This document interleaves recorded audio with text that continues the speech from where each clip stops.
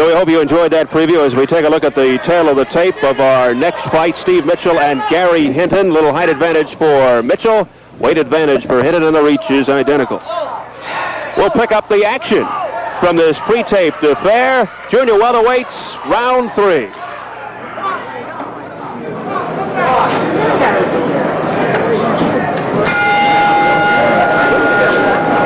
Round 3 scheduled for 8 junior welterweights. Pretty good evidence of the southpaw style of Gary Hinton in that last round. There's a reckless miss by Mitchell with the overhand right. Now, Steve's corner gave him very good advice to circle to the left. Circling to the left to avoid that powerful right hand that he's going to throw. Look at the moves, Arthur, by Gary Hinton, bobbing and weaving. Very, very busy fight. If Steve moves to the right, he's going to walk right into Gary Hinton's good, strong left cross. And Hinton has Mitchell bouncing off the ropes right up above us. Here ringside at the Saints Hotel. Use your left, Steve. Going southpaw. The southpaw is made for an orthodox boxer by the right cross. The most effective punch, there it is, most effective punch against a southpaw. But he has to be quick with it, quick and get to the inside. There it is. There it is. Again. Gary Hinton going to work against Steve Mitchell here in the 3rd round, dictating the tempo. Combination there by Mitchell, but Hinton able to cover up. Here's a good left by Hinton. That penetrates. All right, what you said before is true. He did say that he has an accumulation of punches, and you're right. But what he does finish them off with, Steve, is the left uppercut, he said. That's his finisher. That's his bacon punch, he said. Now, Mitchell looking to fight back with combinations, but Hinton, once again, retaliates. Mitchell was tired going back in the previous round to his corner, and he's getting hit pretty solidly now, and he is squinting a little bit and tiring. Mitchell knows he's involved in a tough one here, but there's a right that just kind of grazed the chest of Hinton, and Hinton is very elusive. Good word, fast. Move side to side very well. Under a minute remaining in round 3. Digging in with that left uppercut was Hinton. Hinton is difficult to hit because he's always moving, always moving. You can't get a good straight right cross at that guy. A little bit like a snake slithering in and out. There was a right to the back of Mitchell's head as Mitchell spun. I really like the way Gary Hinton moved around, circled around quickly.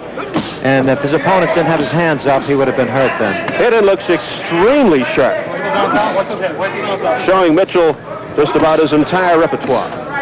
Gary Hinton is off balance when he throws his powerful left. His left foot is not in the proper position. He doesn't have a pivot. He doesn't have the ability to pivot with that left foot. As round 3 passes into the night. Another fault of his is that he does...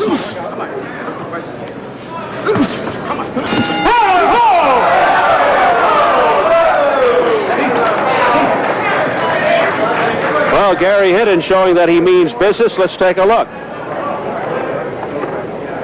You can see now Gary has a habit of flying off his feet. He's off balance. He takes very, very bad chances that way. You've got to keep your feet firmly on the canvas if you want power and if you want knockout power. You understand me? Come on, please, suck it in. Go to your left, circle the left, throw right hand. You hit this guy with the right hand every time. All right, let's take a look at some counter activity. Hinton blocked a very, very good left jab then by keeping his right hand high, but still he has a tendency of keeping it low, as you can see right there. He's tired. He's going to come out there bombing at you. Okay? All right, seconds out. Seconds out. Let's clear the corner.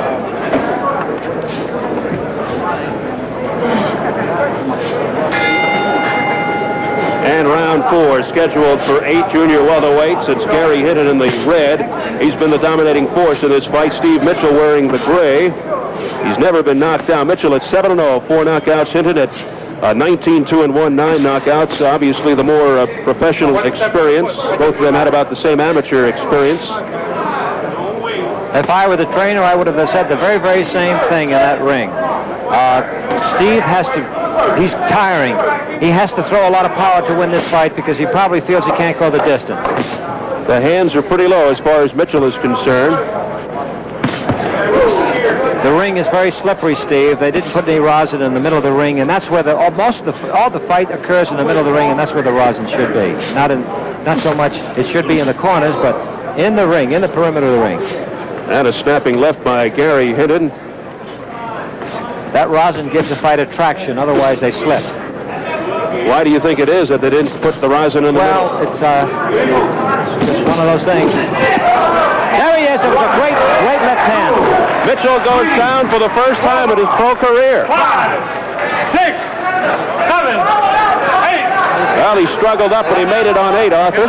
He must have power even though he's in the air, because he hit him in the air with that left hand just like that one, but he was off balance before. And Gary Hinton looking to polish him off now. Let's see if he can do it. The crowd comes alive as Hinton smells it. Steve is not in the same condition that Gary is. You can see that Gary has been training very hard for this fight. Steve Mitchell moving up from lightweight to junior welterweight for the first time. His first fight in Atlantic City. It's turning into a toughie. Gary just missed by him. That would have been lights out if that connected.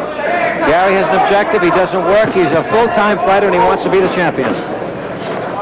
Coming back from a broken left hand, Gary Hinton wearing the red. Under a minute remaining in the fourth. We'll see if Mitchell can survive the round. There seems to be a little more clinching now, because when a fighter gets tired, he wants to hold on. He's tired. Boy, you got to give it to Steve Mitchell. He came back with a pretty solid right there. He's got a little power in him. There's no question about it. Courageous young man, 25 years old, out of Youngstown, Ohio, surviving a knockdown, getting up at 8, and looking to come back. I'm sorry. If he would throw that right hand more, he'd be better off. Well, Mr. Hinton keeping him from doing just that. Under 30 seconds remaining in the fourth round. As the drama builds here in this junior welterweight affair. It's just too bad that he cannot correct that. He just throws that. He's got a great left-hand delivery, but he just is not on balance when he throws it. So round 4 will be history.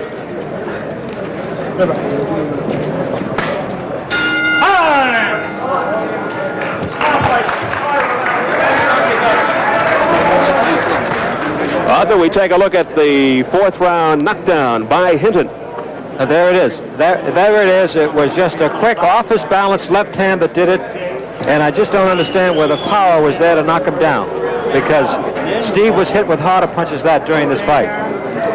Kind of a running left by Gary Hinton. If you notice, Steve Mitchell went back to his corner, a very, very tired man. He's hanging on to the ropes, which should not be allowed by his seconds. His arm should be down so he'll have a better flow of circulation of blood. And the doctor had just come in. Dr. Yes, Dr. Doggett came in, and he's analyzing the situation. You got to start working now. Put your punches. Put your punches on. 1, 2, 3. 1, 2, 1, 2, 3. Start doing your punches on this guy. Okay? That's all you got to do. Put your punches. Round 5 scheduled for 8. You heard the words of Earl Charity, the trainer of Steve Mitchell. Mitchell is surviving a fourth round knockdown. It's easy to give advice, Steve, but it's very difficult to do, especially when a man is tired.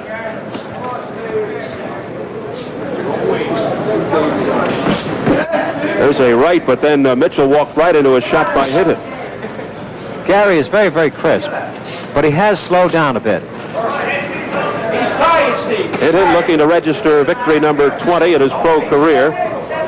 He's lost 2 and had 1 draw. Last fight, March 14th, a KO in the 6th over Clemente Rojas. His biggest win, a knockout in the 3rd over Hook and Teddy Hatfield, a graduate of Super Fights. That was back in '81. If you were to ask me what I think Steve should be doing, Steve Mitchell should be going right in, blasting away. He is tiring, giving all he can, and his punch is the right cross. That's the punch that he has to work on.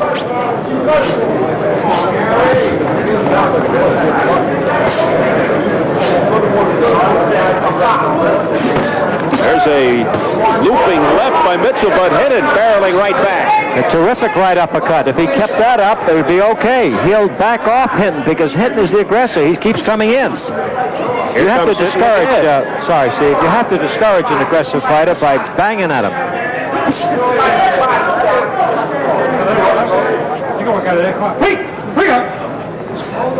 Joe Cortez, third man in the ring. And doing a nice job.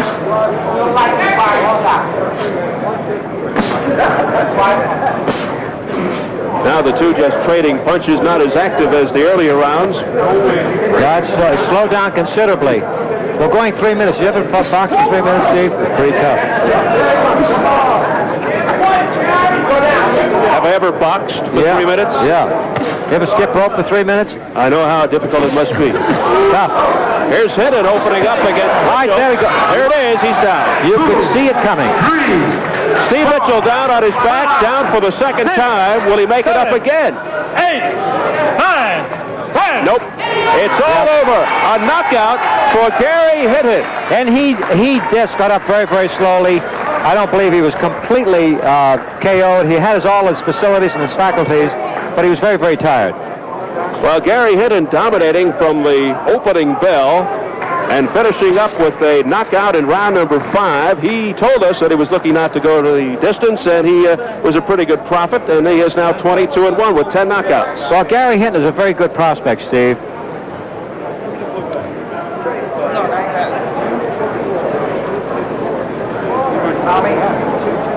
We're going to take another look at the knockout author here in round number 5. And there he is. He's backing him into the ropes, and he's a semi-push there.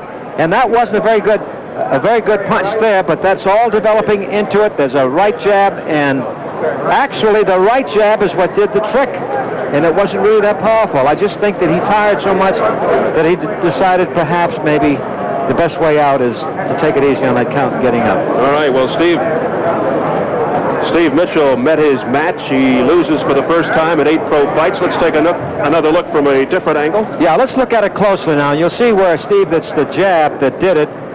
He missed with that left. You see that he bobbed and weaved under it, and it was just that slight jab that knocked him down. And he went down very nicely. He put his hand down first, and he went comfortably down. Yes, sir. So we'll get the official word momentarily from Ed Darian in the ring.